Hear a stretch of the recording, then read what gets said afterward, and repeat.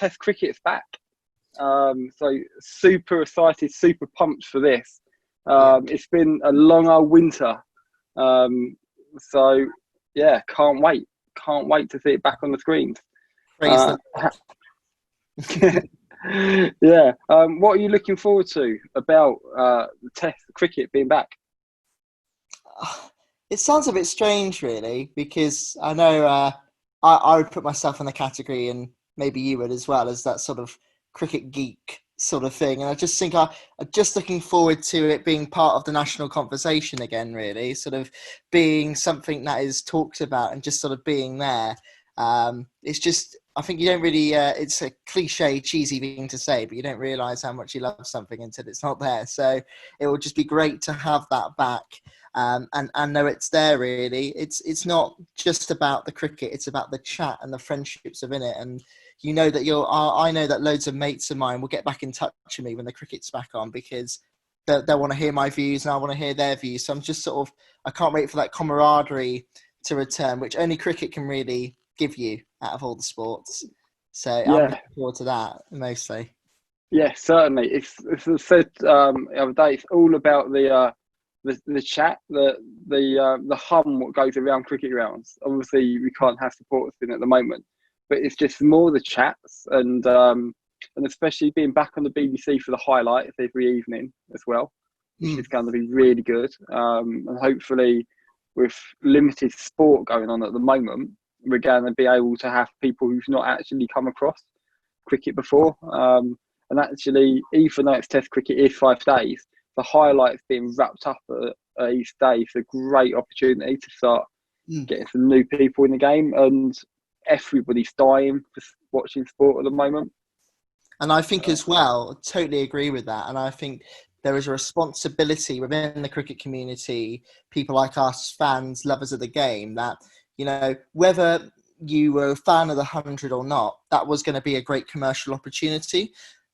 I wasn't necessarily the biggest fan in the purest point of view, but I knew commercially the success it could have brought and the people it could have opened up the game to who previously would have had no experience of that. And I think we now need to sell the game with these highlights and really be ambassadors for it. And I see this as a great opportunity for the cricket community to do that, especially where I think socially, not just coronavirus, but movements like Black Lives Matter and things that have happened in the last 2 months has really allowed cricket to look at itself as well and know that it needs to help its image as well. Michael Carberry has spoken about there being racist elements in cricket. I think Isha Guha and Ebony Rainford Brent said there just weren't that many opportunities for diversity in the game, and we sort of need to bring it up. I'm lucky that I was a privately educated person with a very, very lucky background, and that's sort of how I got into cricket. I understand if I went to a state school, I probably wouldn't have had as many opportunities. So we need to make sure that cricket is accessible for all. And I think this could be a real turning point for us as well to really sell what cricket's about, because cricket is about values more than any other sport, I would say. We don't play with rules, we play in the spirit of the game. And I think that will be a really good way to educate youngsters into how they behave themselves as well. And I think we've got a great opportunity here. We just need to drive forward. Yeah, and it's so about what a great sort of like sport to go hand in hand with what's going on in the world at the moment, and about the spirit of cricket. And it's not just a game. It's sort of like when you look at sort of like some of the controversies we've had in the game as well. Actually, the biggest thing, rather than being sort of like cheating and sporting advantage, the biggest sort of like problem with it is actually people find really hurt if against cricket. It's just sort of like it's just the phrase. It's just not cricket. It's used by people who have never even watched the game before. It's what I love is about just obviously going out to the grounds and like being unsegregated, having things like finals day. Is you've got all 18 counties. You've got no idea who you're sitting next to. Could be from I'm from Sussex, but could be sitting from someone from Lancashire or Yorkshire or Durham. And you're like, you have great conversation, and it's all about the game itself. And hopefully we can really use, especially having these free-to-air highlights and got the greater viewing figures at the moment. I've been watching Premier League football for the first time for quite a while in the last few days, and I'm only doing that for niche sport in my life. So hopefully people will just go, yeah, let's go and give this a go. Yeah, and exactly. So, And I think it's important, obviously, for sport not to be overly political, of course not, but these people are role models for youngsters, and not even youngsters. I mean, some of my role models, I look up to the England cricket team and Hampshire, my team, you know, every day. They're inspiration to me and to a lot of people. And I think the best advert for our country, I thought last year, was the World Cup. And we yeah, won the World Cup as a multicultural, diverse team from all different countries and backgrounds, all different faiths.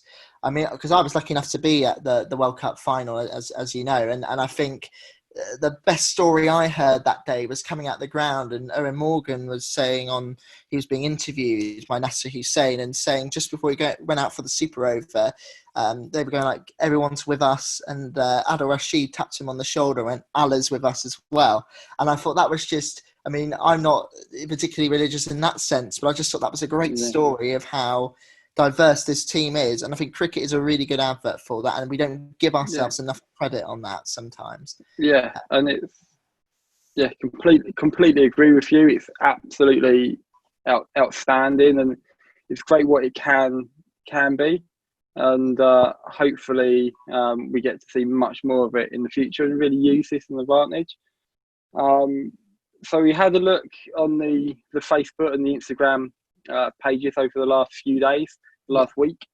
We've gone through and had the viewers of the page get to choose their test squad or test 11 for the first test. We've had our own go at it as well, and obviously the purpose of this podcast vlog, we call it whatever, we'll see what it happens to be, it's to really sort of like have a look at the first test and go through and see what we've got and what we've been missing. So we go through from the openers. Everybody has gone for the same two, which it's a no-brainer, isn't it? Yeah, I think Sibley and Burns are the future England partnership. I can't see any other opener. We've got a real lack of opening batsmen in county cricket, which is sad. But I mean, yeah, I think there's no debate on that really. Burns, in my mind, is a future England captain. Actually, give him a few years. But look, you know, I think I'm right in saying he's the only Test player who is captain of his county. Because Joe Root's not even captain of Yorkshire. So I think that's a big thing. Sibley as well, he needs more time, but he impresses me. I think if you're hitting 1,000 runs a season as an opener, that should be selection criteria for England now. Given the lack that we've got, that would say to me you deserve a chance. So yeah, for me, more than happy with that. What do you think about those two? Yeah, I completely agree.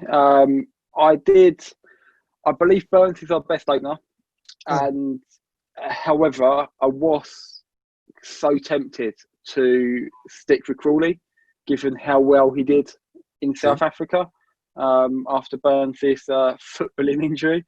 Yeah, but it was just sort of like, as you say, I do think I've got this guy down as future England captain for me. Don't want to put too much weight on his shoulders, although he probably won't be watching us. So we're all right. We can big him up. It's fine. But yes, it's got to be the two, and it's so nice that I think probably for the first time since Cook opened with Strauss, you've got two people and also the viewers as well agreeing on the England openers. It is a lovely thing to have. It's the equivalent of the left midfield for England all those years in football, where it's just we had no one. We had a really good team, but we just one player short. We seem to be an opener short for the last decade, and two potentially threes come along at once, which is excellent. Although there's not a lot of depth after those. No. And we got to protect them and wrap them in cotton wool almost because Yeah. there isn't anyone else.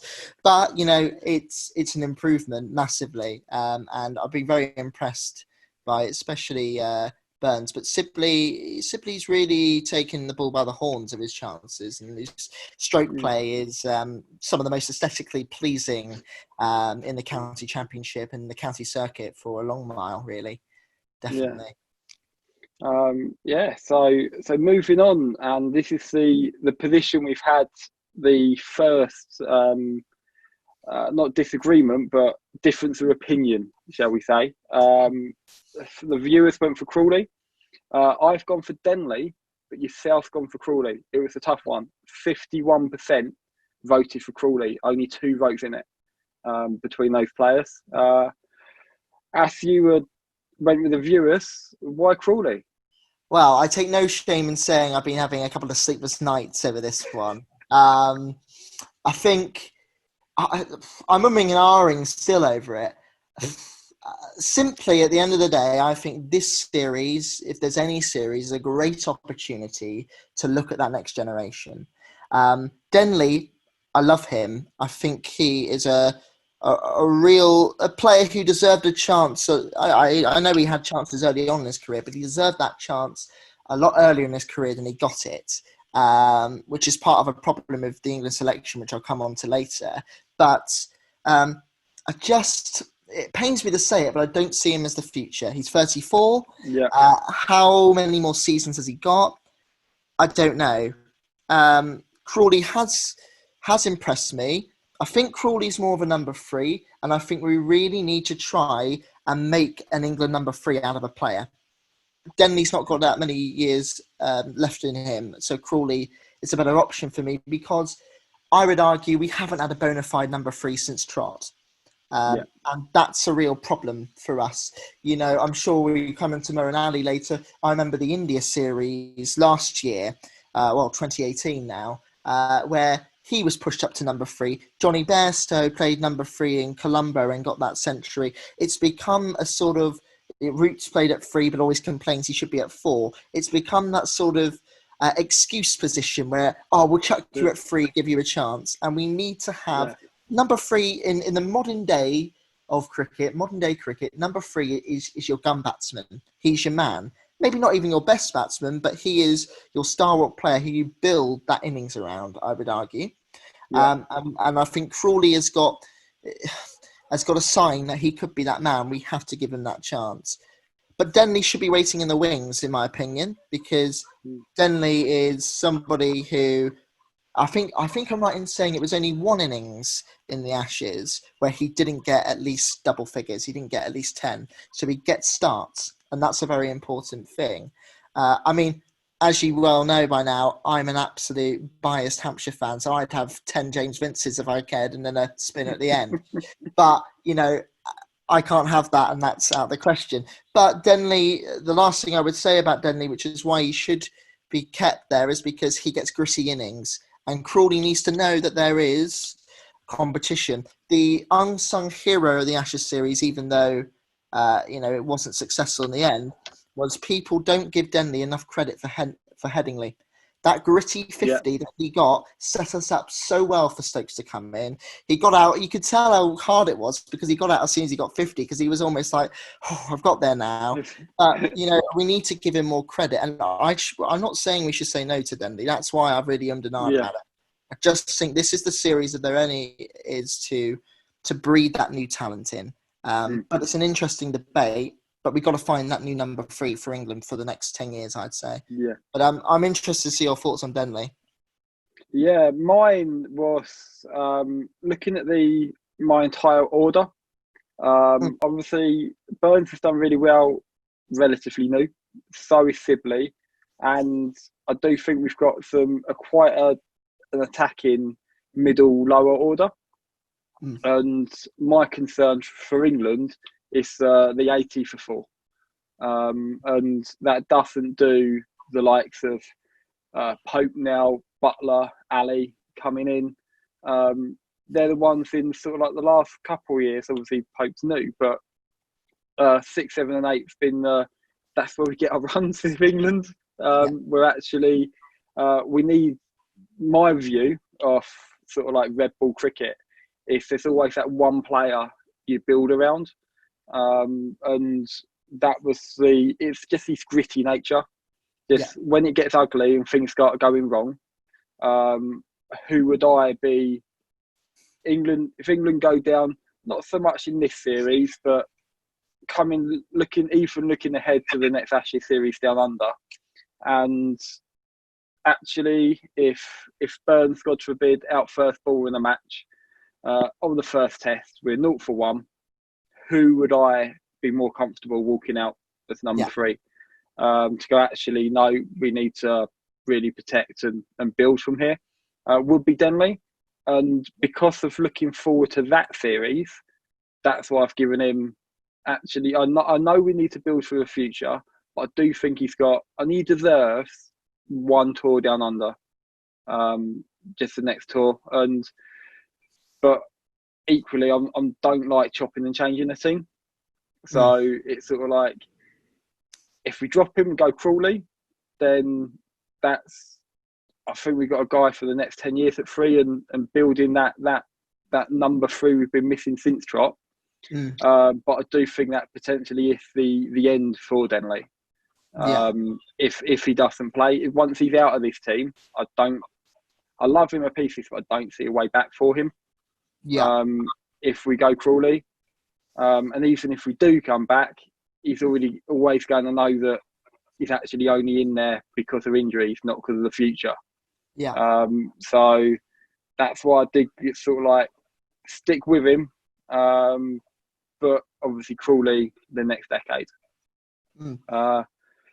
Do we even need to speak about 4 and 5? I'd just say on 4.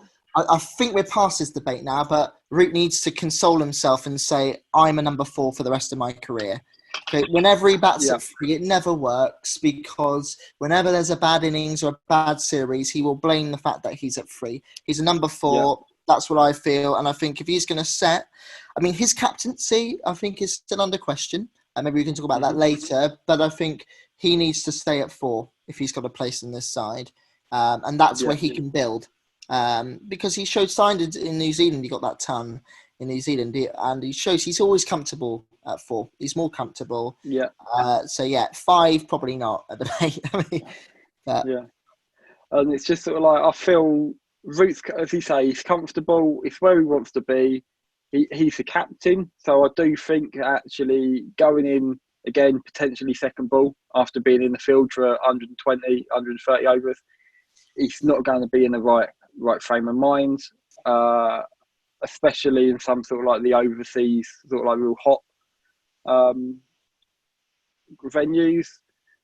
Just, I think best batsman and in the best place, he feels comfortable. I think we're losing runs if we play him anywhere else. Obviously, we've got Stokes at 5. Everyone's gone for Stokes. I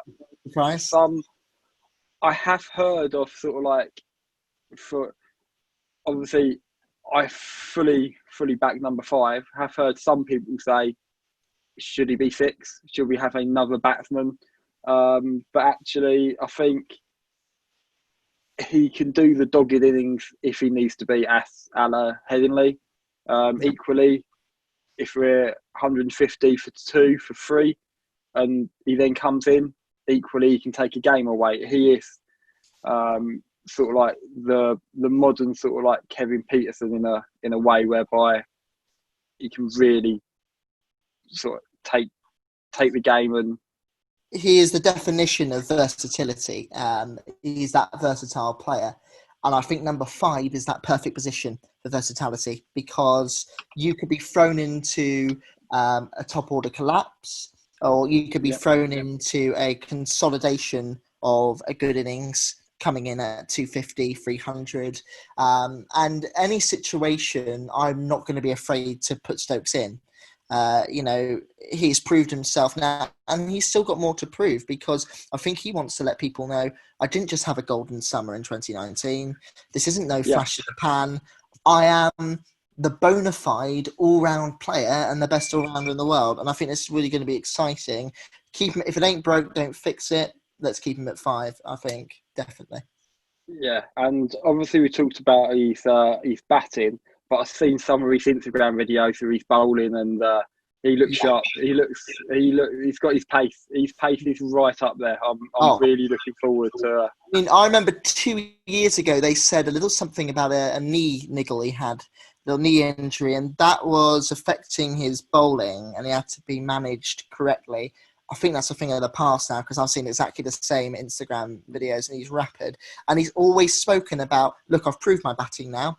I've told you I'm a great batsman. I want to show you Yeah, that I can bowl as well. So, Stokes is a great player when he's got a point to prove, and he's always got a point to prove. And the expectation of the English media will be that he'll always have something to prove as well. So I'm really excited for Ben Stokes, the bowler, to come out this yeah. series as much as the batsman. Yeah. And I think he really does sort of like value his sort of like all round play of the batting equally as much as the bowling. And this series, I've got to mention it. Obviously, the opposition, ICC player rankings. You can take them. Some people love them. Some people hate them. I don't think they're much. But Justin Holder is currently the number one ranked all rounder in Test cricket.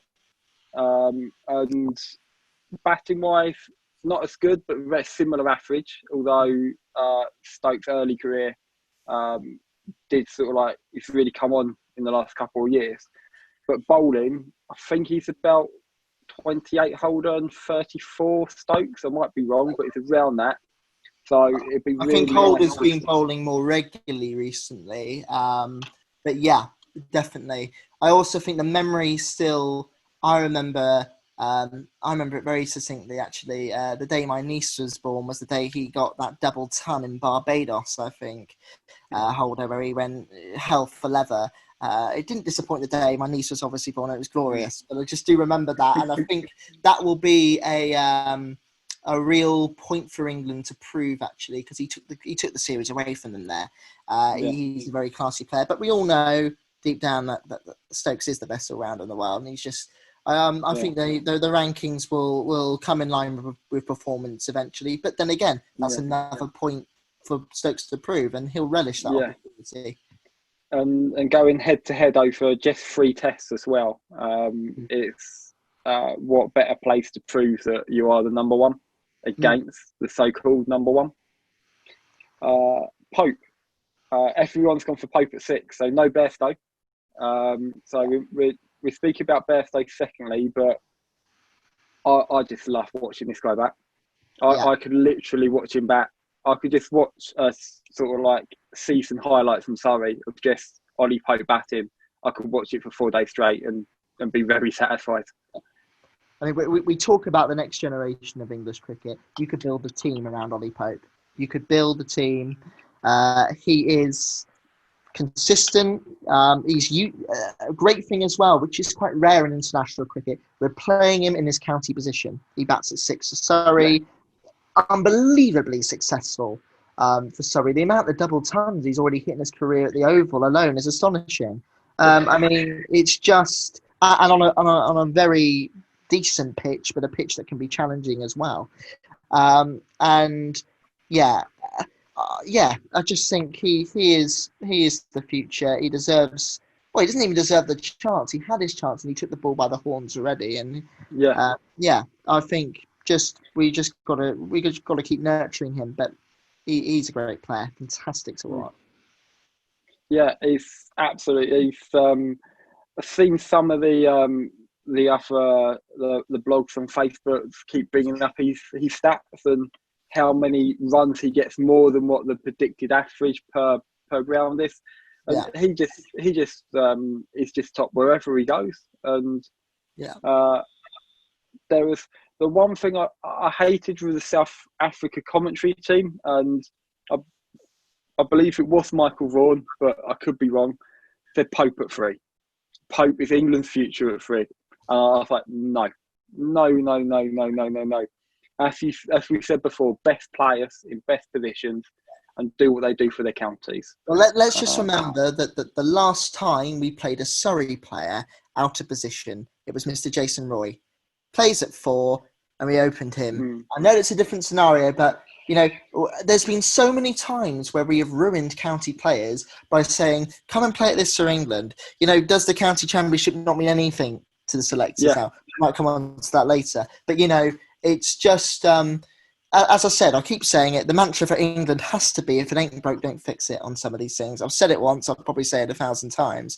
But yeah, he's a number 6. He's shown all for his career how promising he is, still at a very young, tender age, that he is, the most consistent number 6 England's got. Let's not spoil it. Yeah, and I do think if you look at, obviously we've done all of the batting now. So if you look at the... Burns has got years in him and legs in him. Sibley and Crawley real youngsters. Root and Stokes is sort of like the experience now, and then Pope coming in at 6. You've probably got for the next 4 or 5 years that top 6, and actually, I wouldn't change that. You look at that and just go, there are reasons why team become number 1 in the world, and they don't become number 1 in the world overnight. They play together for 3, 4, 5 years. Yeah, you read my mind, Ben. I was just about to make exactly the same point. I mean, it's the longevity of those careers and being the comfortability of getting used to being in a batting order with people, those partnerships, the relationships you create, the understanding of someone's game. It all leads to how to become number 1. Look at Australia, 90s, early noughties. Look at India, mid noughties. Look at South Africa, early 2010s. It's all about that experience and that connectivity between the top and middle order. Exactly. Yeah. Keeper, everyone has gone for Butler. This was the second closest vote. So online, I believe it was 54% Butler, 46% Folkes as the other option. You lead on this one. Okay, so I think this is a very interesting debate because it allows us and forces us to think, what is the modern day wicketkeeper required to do in the Test match game these days? Because if we're looking at it from a pure keeping aspect and the aesthetics of and the technique of a wicketkeeper, Ben Folkes, is the man. Okay, he's the best technical wicketkeeper in the county game. Okay, if we're in terms of an explosive batsman, more of an all-round figure, you're going to err on Butler, aren't you? A great talent. Yes, sometimes more white ball than red ball, and it was quite funny and ironic that actually he was Ed Smith's first pick as national selector. And Ed Smith came in and talked about, we're not going to have this white ball mentality in Test match cricket anymore. Then he picks Jos Buttler, who's just got 5 50s in a row for Rajasthan Royals in the IPL. So, I just found that slightly amusing. But he's a fantastic talent, Butler. Folks, you've got to feel sorry for him. He got that debut century at Gaul, on debut in Gaul in Sri Lanka last winter. Fantastic innings. He's going to wait in the wings and he deserves another chance. But you can tell that the ECB in England, and I don't necessarily blame them, do see a future with Butler. I think, I don't agree with this, but I think even some of them see them as a future captain. I don't think he's got the leadership qualities. But he could be a future one-day captain, and that might make that might tear him away from Test cricket, or it might make him a more permanent fixture. I don't know, but I think you'd struggle to say no to him right now. But that competition with Folkes, Folkes has got to be in the picture for the next 2 years. He's got to be, as well. I think Folkes, right keeper for the wrong generation. It's sort of like 80s, 90s. He would get out of the current players. He would get in that team.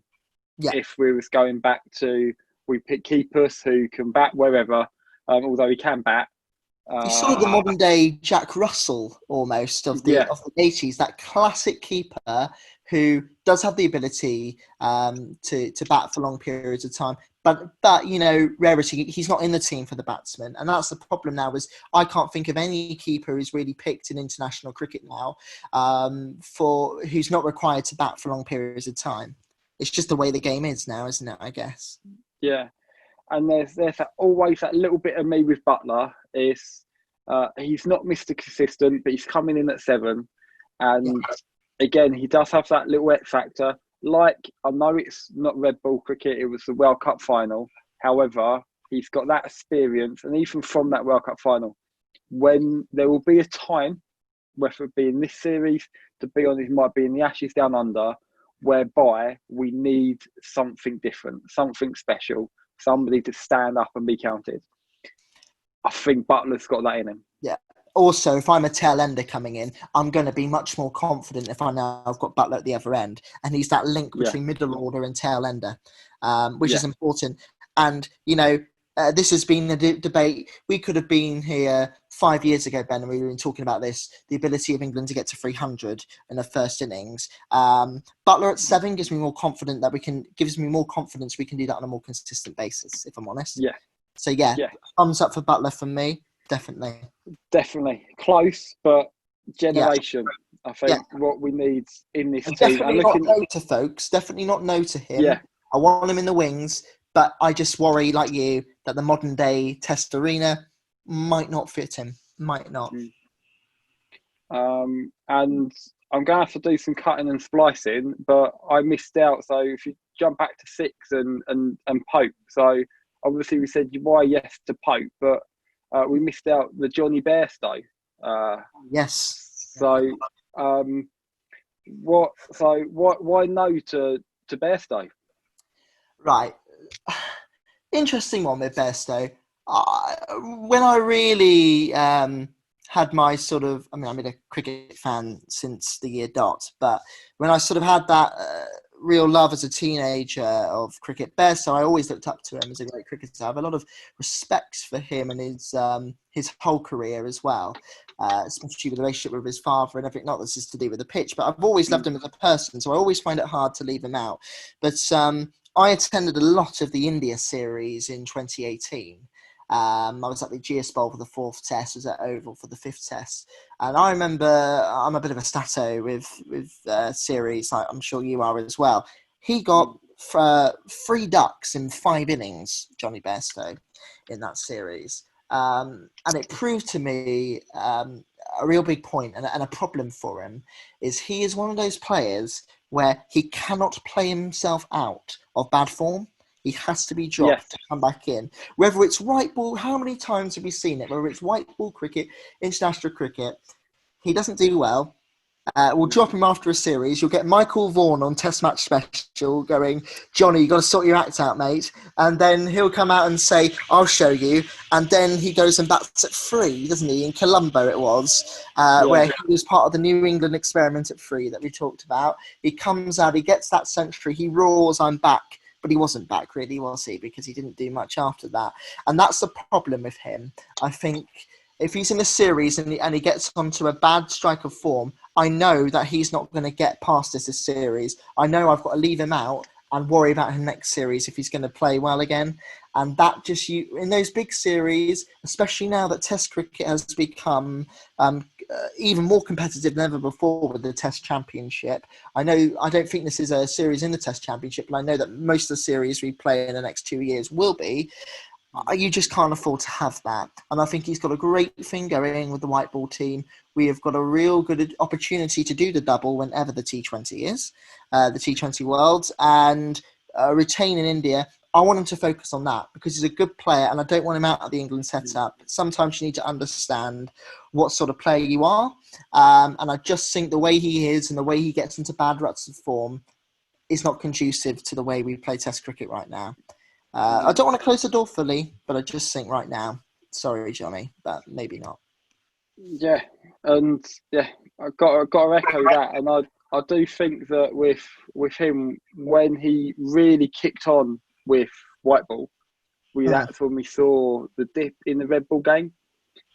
He seemed to change his stance in white ball cricket, be a lot more open, playing through the offside, and then all of a sudden he's playing so well, he just come out playing red ball cricket the same way, the same stance. And Yeah. I might be wrong, but how many times has he either bowled generally, Yeah. whereby for a batsman to be bowled as often as Johnny Bairstow is, Yeah. it's he just plays too far leg sides to open up that offside, which works wonders opening the batting in white ball cricket. And my risk is, or my worry is that we try to fix his red ball, and therefore it takes away potentially half of the best opening white ball partnership in 50 over and T20 cricket in the world at the moment, with him and Jason Roy. And I think, as you said, we've got, it looks like we've got no T20 in Australia this year, but we've got the T20 World Cup in India due in 21. Possibly a second T20, maybe in the same month. The whole world's crazy now. So, let's co-host it between Australia and India. Yeah. But with the stretching in the ICC, I wouldn't be surprised. Yeah. So it's just sort of like we've got two T20s World Cups coming up, then quickly followed by another white ball 50 over World Cup. Let's keep him in that theme and keep those two together. Yeah. And actually, I think we can continue dominating that particular part of the sport for a good few years coming. And also, it's not just a case now of can Johnny Bairstow do it or can't he at Test cricket. We've got Ollie Pope, and we've discussed already how great he is. And with his age, you're looking at a decade for Ollie Pope. Why not start him off now? And yeah, and in a way, with Pope, he's a different age, but Pope is almost at the Bairstow of red ball cricket, where we know he's a red ball player and we're going to nurture him for that position. And there's no, white ball cricket now is seen. I mean, I will always be a Test cricket man. I'm sure that you're probably similar to me. But white ball, in the way that the world is seen on the same level now. There's no reason why. There's no shame actually in Bairstow being that white ball player. And I just think now that England get that now a lot more than they ever did before. That it's important actually to have that divergence. Too much, I almost don't want too much of our white ball team to be in the red ball side, because at the end of the day, it's like I love them both equally, but it's a completely different ball game, if you pardon the pun. I mean, it really requires so many different skill sets and a different mentality. And Bairstow's got it for white ball, and he just you can't transfer those skills over the red ball for him, and there's no shame in that. Yeah, exactly. And I'm a big believer in how far one-day cricket has come along and how different it is now to Test cricket. And I want our best players in the IPL. I want to see Johnny Bairstow going to the IPL every year. I want him to be in the Big Bash, putting our best players up against and learning the amount of how much players can learn. Like, obviously, I watched Jofra Archer, slightly different of the bowler against batsman. But I watched him for 2.5 years at Sussex, coming through. Then he went away and had a winter in the Big Bash and the IPL, and he went from boy to man in one winter. And we need to get our best players, our best white ball players in those environments. Because otherwise we will get caught up and somebody else will take that crown away from us. And actually, I quite enjoy being the best at the moment. Oh, so it's marvelous. And I think at the end of the day as well, just from my sort of emotional side, it's a great advert for the game. Having our best players in the IPL, and Bairstow can be as big a star as he wants to be without being a regular Test cricketer. He performs a different function for us, but it's equally as important to selling the game. As you've alluded to, that opening partnership with Bairstow, with the opening partnership with Bairstow and Roy will become the new Gordon Greenidge, Desmond Haynes of white ball cricket.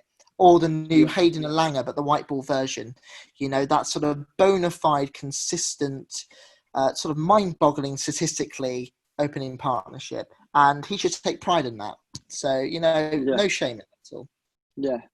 No shame. So we've got. I'm going to slightly splice up the order now, because at 8, the viewers and myself have gone Ali, and I include your best in at 9 in this.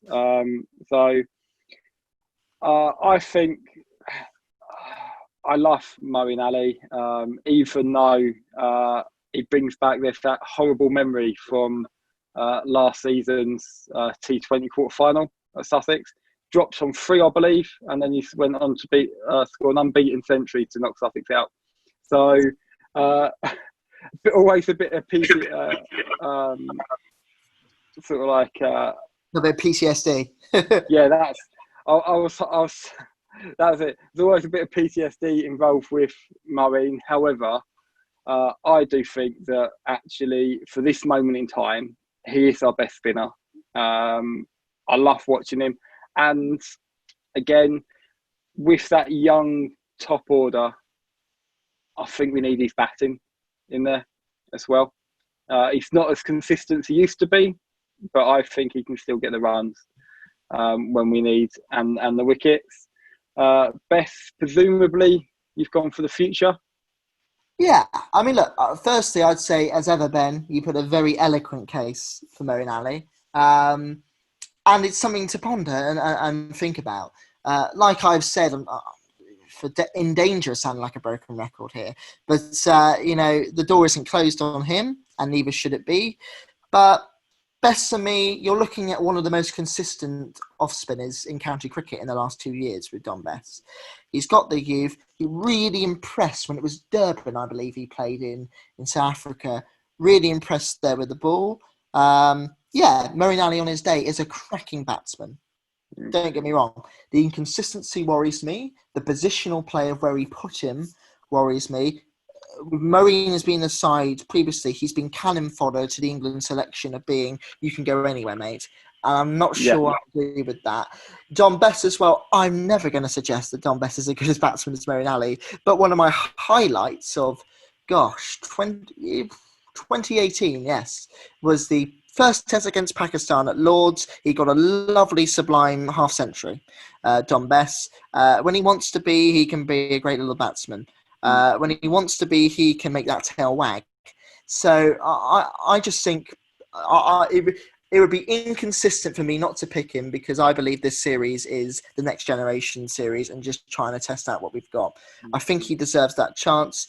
Ali has had many chances, and I'm not saying no that he shouldn't come back, but I think there are other people deserving of a chance right now, and Ali will get his chance. We know how the ECB work. We know that England are very happy with him and want to give him that chance, and I hope that break away from cricket has been good for him, because he needed that for a lot of reasons, on the field and off the field. I just think it's a little too soon, a little too premature. But, you know, I've been to plenty of grounds and watched live Ali ripping it up. He got an amazing hat-trick in the 4th test against India last year. Well, 2 years ago now. Yeah, I just want to give Bess that chance again. Yeah, and I agree. I agree that he's, out of the current crop of bowlers, he will be the one who does kick on with Bess, and I can see that. I do feel like, though, if we've got that, I'm sticking with my decision for Ali for my team, and obviously likewise for yourself. But I've got that little bit of a soft spot for Moeen Ali. I don't. And although seeing Archer at 8, even as a Sussex fan, seeing Archer at 8 for an England Test squad does frighten me quite a bit. In your team. Yeah, I was going to mention that actually when we got onto Archer, is that is probably my main criticism of him, as much as I love him, is that, you know, everybody goes on about Archer, and I love this, and this series will bring it out, is the Caribbean cool energy of Jofra Archer, and I love that. He's a great advert for the game. I'm a Hampshire boy, but I live down in Brighton with uni most of the year, and I see him, and he's a friendly guy and a great advert for the game. When it comes to his batting, though, I hate to say this, and this sounds really cynical, but he looks a bit lazy, doesn't he? He looks a bit like he just couldn't really give much effort, and Yeah. I think he comes out almost thinking he's sort of the new Chris Gale, and it's like, you're not Yeah. Universe Boss 2.0, Joff. You know, but maybe that's something to work on. Everybody says the England team always say that in the nets he looks like a great batsman. I think sometimes he fancies himself as more as a batsman in training than a bowler, but Yeah. that does it. That I wouldn't put him that high. It's now I'm a Sussex boy. I've watched this guy since he came over from the seconds all the way through, and it's one of those. I'm so lucky in a way of being that Sussex supporter at the moment to see the Jofra Archer story over the last 4 years. And his batting does frustrate me so much. He's before that the winter where he really kicked on as a bowler. He was in the nets at Sussex. He's a great striker of the ball. I went up. I saw his career best up at Northampton, 83, I believe, not out. And he batted with a towel. He literally, it was a losing course in the end, but he held that towel together and gave Sussex. He had that real fight in him, that fight that he doesn't seem to have. He seems to have gone away and become this amazing, world-class bowler. I just do think that he has forgotten a bit about his batting, and I remember having a chat with him in at Sussex in one of the pre-seasons games 2-3 years ago now, and he was waiting for a net and was just having a chat, and he was sort of like way before England. This is when he had this still was suspecting a 7-year wait. He was sort of, I want a bat at 4 for Sussex. That was his aim, to bat at 4, and you could see the determination he had. Now he looks like a 10 to me. It's sort of like I'm looking at this order and I'm like, actually, I've put Archer at 9 ahead of Woods. I don't think I should have done that. But yeah, I do think there's a lot of potential, unlimited, or not unlimited. He's never going to be a batsman, but he could be a real strong 8 for England. I just think there's that maturity, that growing up stage to get through get over Jofra Archer, the superstar. Yeah, exactly. And I think we don't want to put pressure on tailenders, no matter how good they fancy themselves as batsmen. The last player we saw as a great bowling all-rounder was Mr. Stuart Broad. And apart from that century at Lords, I love him to pieces, but I mean, he couldn't hit a barn door half the time. So, I just think with caution, focus on your bowling, Joff. But yes, but I love the arrogance of him sometimes. I do, and it's great. It's great to have a character like that in the game. But but equally, as much as I'm frightened to hide behind the sofa, I do love watching him back because you don't know what he's going to do next. Yeah. Maybe that's not what I should love, and I shouldn't really love that. Guilty pleasure sort of thing. But it's and bowling. Now, as long as we don't over bowl him, and this is my. Actually, I'm a fan of Root the Captain. However, the one thing I disagree with is the over bowling of Joff. Yeah. Maybe because it meant the stress factor in the elbow last year. Didn't play as much for Sussex because of that injury. I would have seen him more. But yeah, I do see this guy, as long as we keep him fit, wrap him up in cotton wool, he's a 90-plus bowler for the next 5 years. Definitely. I think what really excites me is the prospects of getting up at midnight for a long night ahead of Ashes cricket, first test at the Gabba, and seeing that we've got Mark Wood and Jofra Archer on that team sheet with the opportunity to have 2 90-plus bowlers that we never had before. I think that could be really exciting prospects. I really agree with your point, and I would just slightly expand on it. That I think that the only issue I have with Jofra is game management, and it's not his problem so much. It's the England setup. We need to Yeah, understand and implement what we want for Jofra, because I got a little bit frustrated in the New Zealand series of just watching him constantly bowling short, and I was just a bit yeah, like, he's so much better than that. He's got so many skill sets where he could rip it in at a length, really challenge the mm, batsman. And we need to let him play his natural game and not let him be restrained by, I'm not blaming routine necessarily, but whatever the England management say. He needs to be respected.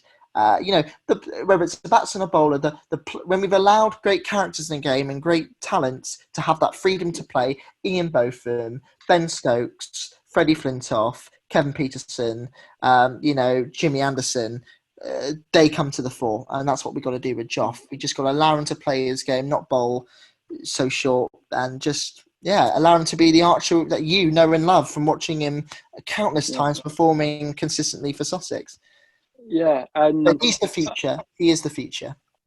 he definitely is. And I remember watching him at Arundel against Leicestershire a couple of years ago, and I was sitting up on the bank, and he had ball after ball after ball. I think you could have gone and put a very small target, and I think he come with either 5 or 6 on the day, and every ball seemed to be pitched at 90 mile an hour on exactly the same spot. The Yeah. Leicester batsman had obviously it's not Test cricket, but they had a mare that day. I Yeah. think they was happy when they was all out. It was just sort of like not having to face that. Another one, obviously, keep saying last season like you do because we've not had cricket this year. But Yeah. 2018, we bowled Sussex bowled Glamorgan out twice on the same day, both Yes. for 100, I remember 100. listening to that. Yeah. And again, it was ball after ball after ball. That was with Ollie Robinson and CJ doing the same as well. But it was unplayable. I was watching that just going, here's a Test cricketer, and it was just shame seeing him bowl so short all the time. And I do think the worst thing that's happened for Archer was hitting Smith on the head, Yes. because I think it was just like, right, we don't need to take their wickets, we can just knock them off the wicket. He's a better bowler than that, and actually no, when he's bowling 90 plus, he is unplayable, Mm. and his accuracy is just immense, especially for such a young fast bowler as well. Accuracy normally comes sort of like the later they go on, so God knows what his potential is. But yeah, absolutely class.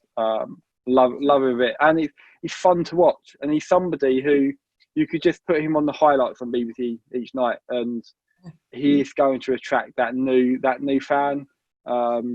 Just watching his videos on like TikTok and Instagram as well, and how he is a cricketer. People say cricket's got an image problem.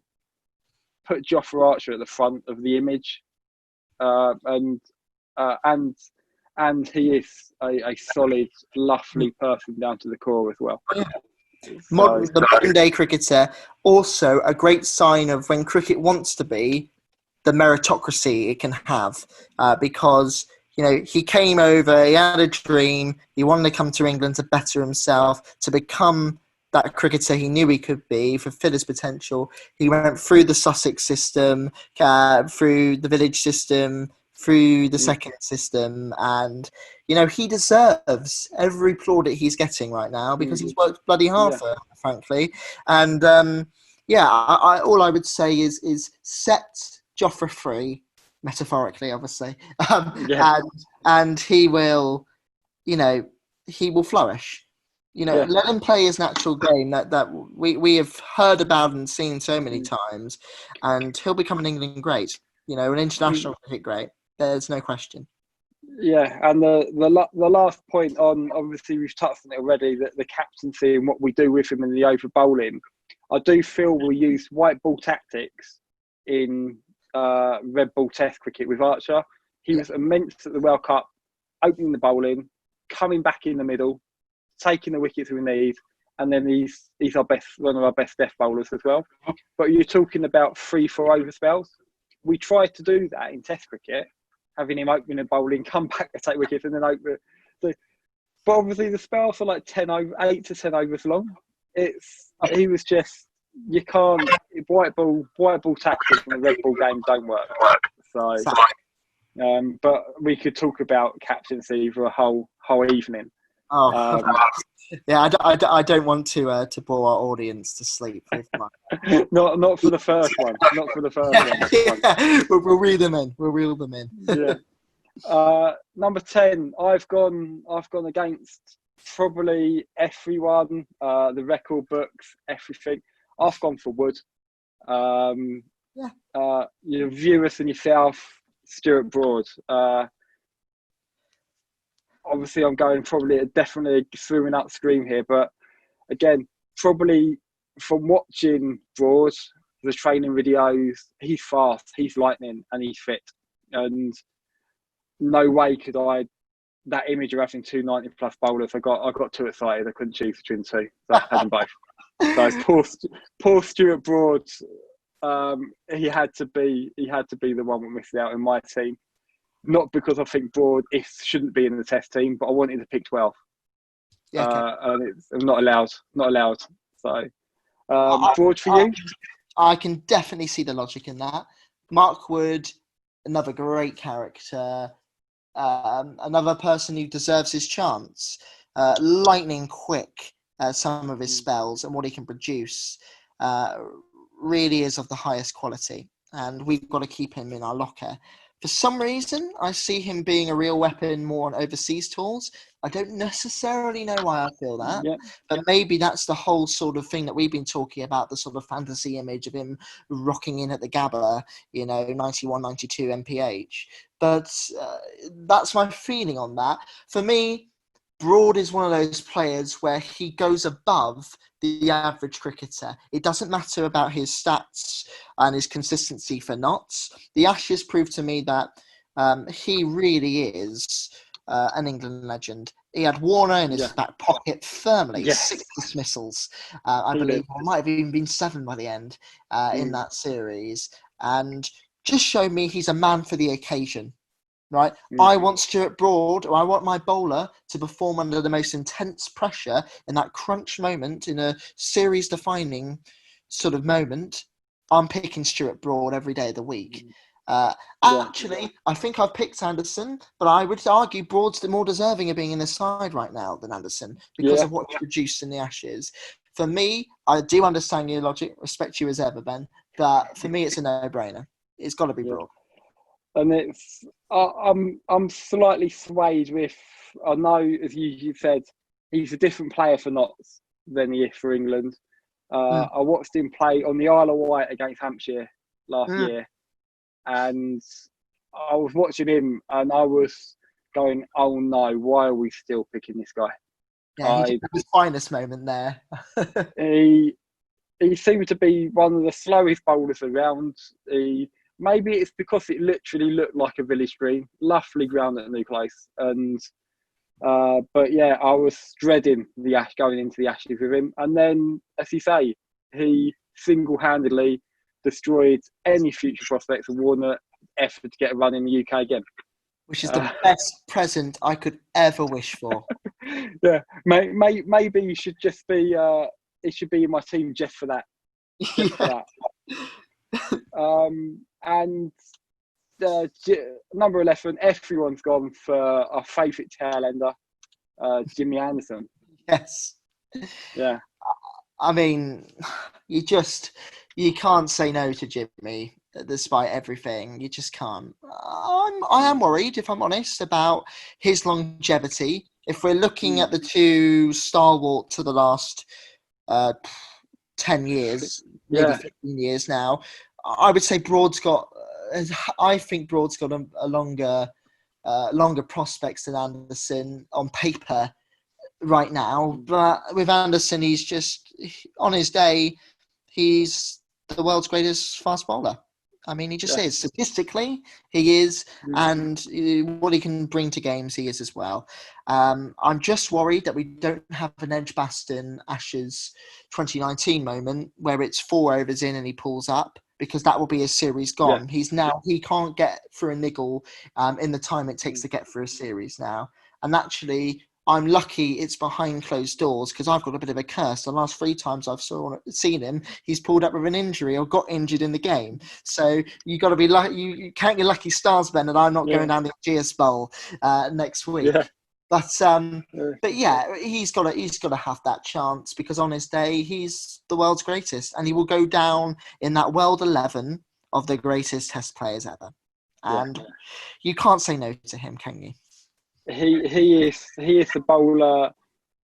He is the bowler I'm going to say to my grandkids one day. You've got this bowler, whoever it be in the future, they can be as good as they want to be like never as good as Jimmy Anderson. Jimmy Anderson was the one. I've seen him bowl a couple of times, and it's just mesmerising watching him. I can watch him all day. It's batsmen try to watch him all day, but don't generally hang around too long. Yes. But yeah, and we're going to talk about the future. We've touched on it briefly, the future of Jimmy Anderson, and he's 37, I believe. Yes. It's He's yeah, no spring chicken. nope, and for spin bowlers, you'd be like, yeah, for a seam bowler, to be that age and putting in the effort he does every single ball, it's outstanding. But yeah, it's just that question of how long has he got left in him. I mean, I would love to see. yeah. Go on. Yeah, I would love to see one more Ashes Test down under or Yes. series down under, and I think that might be it. Yeah, I mean, so that's exactly what I was going to say, actually. Is I think that there must have been a change in his mentality in the last 3 years, because I remember him being interviewed at the end of the 4-0 loss down under 2.5 years ago now. And he said, realistically, I won't be back here in, 2.5 years' time. He's definitely changed that mentality now, because I think if the ECB listen to him and trust him, he will say, I can play till I'm 40, because that's what he said. Yeah, And at the end of the day, I guess I'm going to have to trust him with that, actually, because he's been such a great servant to England, and every time he's ever been doubted, he's delivered anyway. So I can't see why not, but he is becoming more injury prone, and it comes back to the idea of game management. We spoke with Archer, but this is probably more off the field management rather than on field with him. yeah, Just got to make sure that he is fit, he's happy, he's healthy every match he enters into now, because. And also, as fans, we've got to appreciate him as well for every next match we see. Because whoever knows, this could be the start of the twilight years of Jimmy Anderson, the last 3-4 years, or it could be the last Test series he plays. You just never know at this age. So I yeah, think we've got to respect him like we do, but even just savour him for every last moment. England's got to manage him well. If they do, I can see him going to 40 and just further cementing his place as a Test cricket giant and great. yeah. And obviously, I hear a lot from Jimmy, because I'm a big fan of the Tail Enders podcast. It's brilliant, isn't With it? it's amazing, and one of the recent episodes about sort of like discussing COVID and what impact they have, and I think one of his comments was, you don't like you said, you don't realise sort of how much enjoyment you get from bowling and playing until you can't. Yes. And it's like it's potentially it's the break which could see him have that fire in his belly for another 12-18 months and really be fresh going down to Australia, and then give him whatever in that tank's left, give it a go. And again, we've got, if we keep our other bowlers fit, obviously Ball could still be there, Archer would, Wokes didn't even get close to this 11 really, Yeah. but and we've got a couple more bowlers in the wings as well. So it doesn't mean he has to play every test in a series. Do something similar to potentially what the Aussies did in this Ashes series and sort of like rotate their quicks. And actually, if there's a way to just look at a weather forecast and wheel Jimmy Anderson around every time some clouds come over, then don't tire him out. Just give him three, 4 over spells of the clouds. Yeah. And what a wild card player to have in your squad as well. If he's your wild card, I mean, there's no better, is there? You know, he's a trump card. What a great, a great player to have. And I just want to see him in every test he possibly could play. So I'm always going to pick Jimmy Anderson. Exactly the same. Yeah, so that was our 11. We will see in a week's time, probably by the time this goes out over the weekend, how close we actually are. Obviously, there is a warm-up game starting from the first, so we might find out that 2 of our bowlers break down and all our top order will go out for ducks. Well, so, I'm expecting Egg to be firmly on my face by the end of this series, but I'm going to enjoy it just as much. Yeah, so it'd be amazing to see how close we are. There should be a prize if we get 11 out of 11. I'll be partying to the cows come home if that happens, man. This would be a constant sort of like video on the top of our Facebook page. Look, I picked the 11. I know cricket. And if not, it will be, I didn't do that. I didn't do that podcast. How hard can it be? Pretty hard, to be fair. But looking at this absolutely humongous squad, and to be honest, it's about taking what positives we can out of COVID, isn't it? Yeah. And I've actually been really interested in having 8 uncapped players in this Red Bull training squad. We've both picked out our favourite of the 8 and why they should be, if not necessarily part of our 11s, because neither of them got picked. Yes. But why we think they've got a future of England. So you went for Dan Lawrence. I did. I think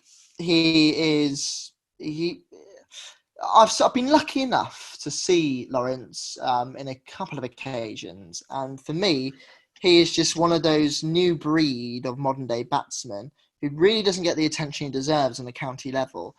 He's been the England Lions and a regular with them for about 3 or 4 series now. And actually, it's really interesting to dig a little bit into the averages here. Averages are not everything, and I'm the first to admit that.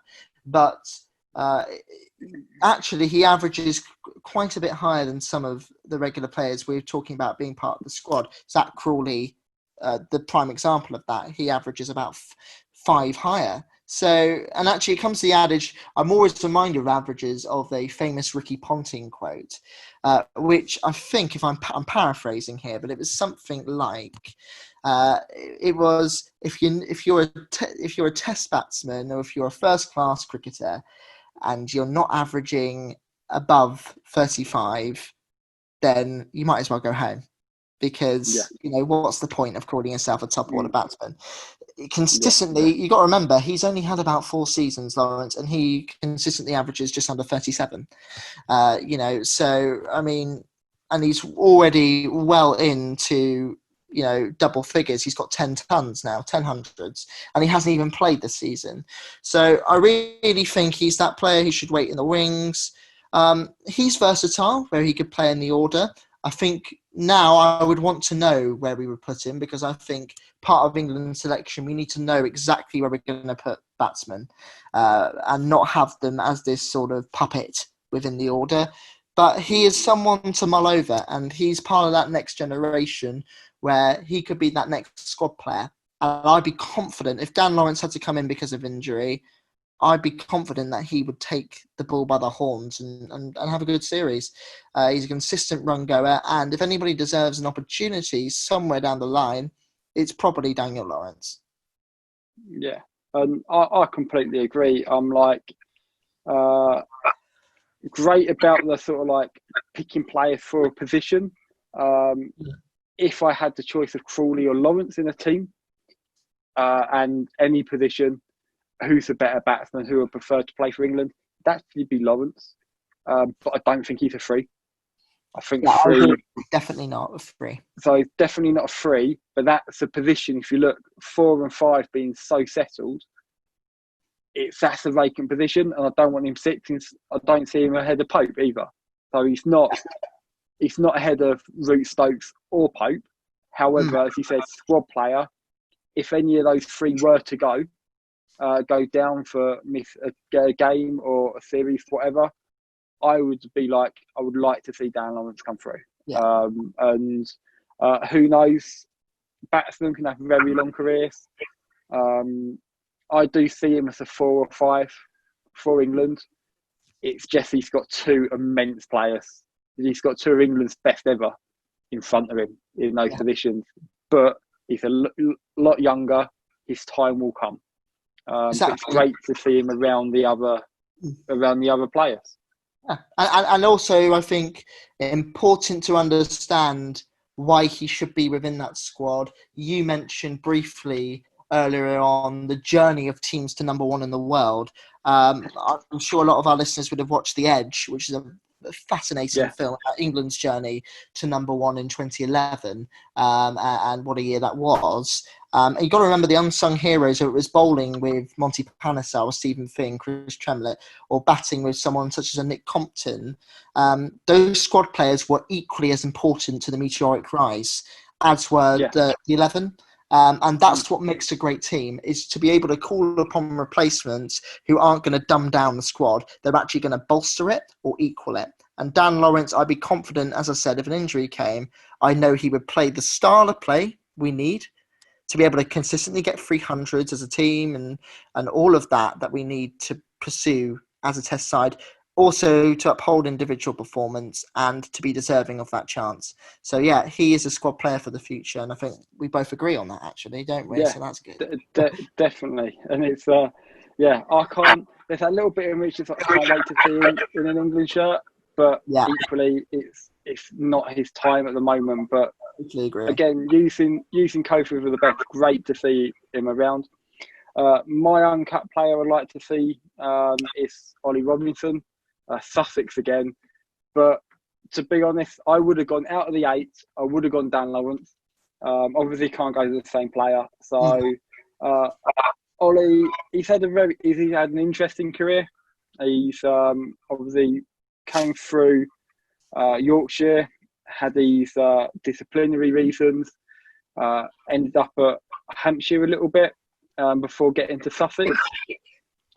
And actually, even for Sussex, the first probably 2 seasons, you're like, why have we got this guy? But especially since Jason Gillespie's come to the club, this guy's the line and length.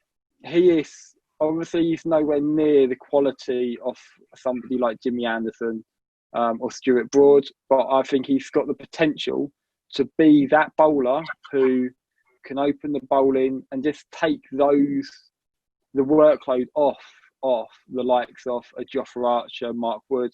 If we go 3-4 years in the future and we've got these 2 real quicks, I do think you need that seamer who can bowl you 25 overs and just not set the world alight, but just that consistent and just the what's amazing, not only does he take wickets, yes, they're Division 2 wickets, but I don't know who, because I never found the answer out, but Sussex did an Instagram poll quiz over the winter, and apparently only 1 player in world cricket has taken more wickets than Ollie Robinson over the last 2 calendar years.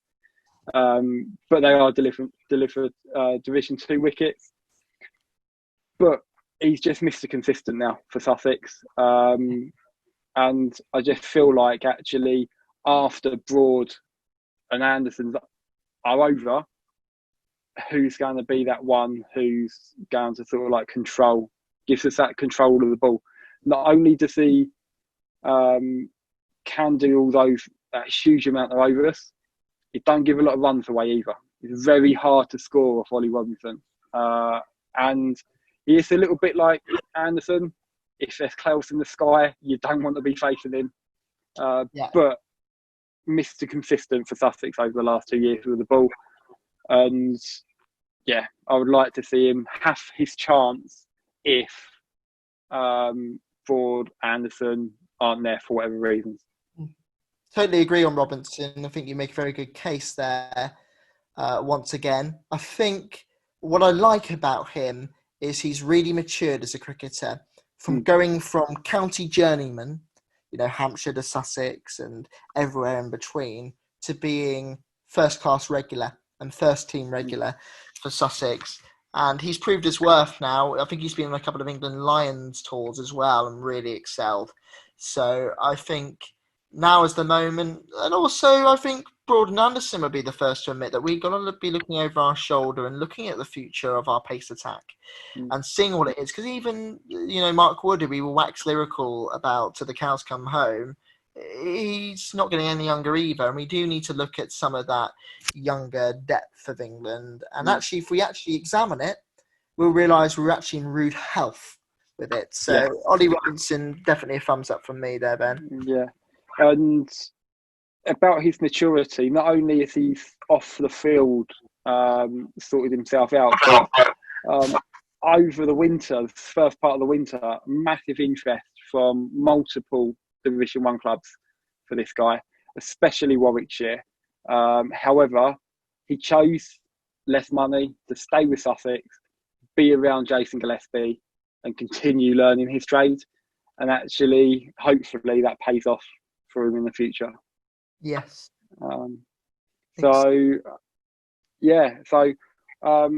If you're right, so looking at the time, probably selection of the ECB would be like potentially a one for a future, because I think that's quite an in-depth topic there, and I think we've both got a lot of views on that. Yeah, my theory can be put on ice for now, Ben. Don't worry, I'll have my time. Yeah. The best thing though, you brought it up on one of your messages before this. The most exciting thing I'm definitely looking for in this series, and probably everybody is, with his roots, with his heritage, archery against West Indies. It's going to be amazing. Yeah. We've got one of their own. Yes. And I think as well it adds to the atmosphere of that series. Actually, the BBC have been showing old series of England and West Indies, and you realise actually, the Ashes and England, India will always get those press as the big series and the build-up. But England versus West Indies, especially at home, has always been a fascinating series, and this just adds to the layers of that and the anticipation. Archer's the sort of guy as well, a bit like KP got a lot of criticisms of this, but Kevin Peterson against South Africa, your friends in there, your mates with most of the squad, so you are going to G them up, and you're going to G yourself up, and you want to perform because you want to get one over your mates. And that sounds trivial, but it's actually really important. And Peterson did that so many times against South Africa, and I could see this becoming a career trait in Archer, actually. Yeah. So I just think it adds to so many points of excitement for this upcoming series. I mean, it will really be a battle that is worth looking at and examining. And it can go. The best thing is it can go over either way. It can go really well or really poorly for us, based on, I think, how much the West Indies are going to try and raise their game against him. But I'm not one for sort of like shouting stats out before games have happened or all that kind of stuff, but I'm going to do it. So I'm going to go for Archer to be bowling, averaging under 18 this series. You're a brave man, Ben, but I like it.